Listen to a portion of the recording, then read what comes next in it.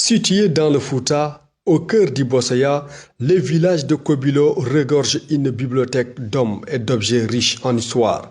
Une mosquée âgée de 244 ans, englobant le premier Almami du Fouta, Abdul Khadr Khan. Le chef de village, Mahmoudou Abdul Khan, est revenu sur l'historique du premier Almami du Fouta. Kobilo, c'est le village de Almami Abdul Kader Khan qui fut le premier Almami du Fouta. Il fut le premier Almami du Fouta. La révolution du Fouta, c'est en ce moment, en 1776, qu'il fut Almami du Fouta. Il a régné pendant 33 ans et a construit 33 mosquées.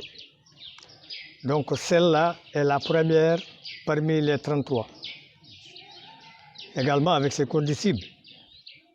On ne peut pas parler d'Almami Abdul sans parler de Suleiman Bal.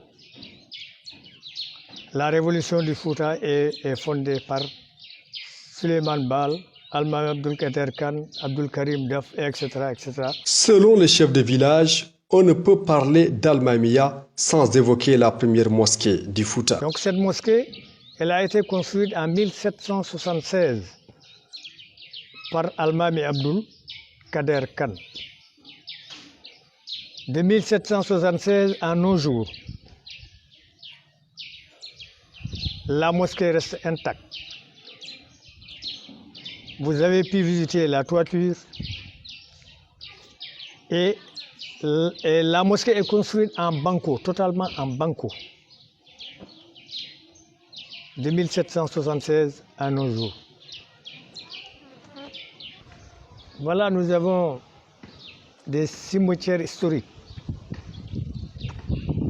Des cimetières qui datent de plus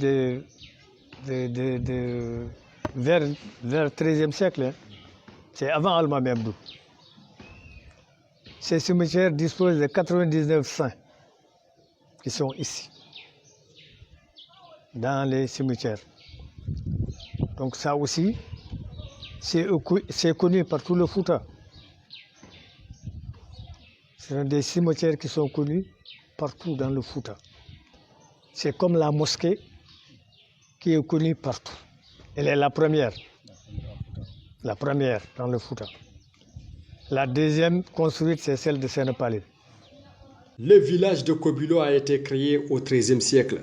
Les premiers habitants du village sont les Djaoubé et les Houmainabi. Kobilo détient la première mosquée du Fouta. Vers 1776, Abdul Khadr Khan fut le premier Almami du Fouta. Grâce à une révolution qu'il mena aux côtés de Thierno Suleiman Bal, il mit en place un État théocratique fondé sur l'islam.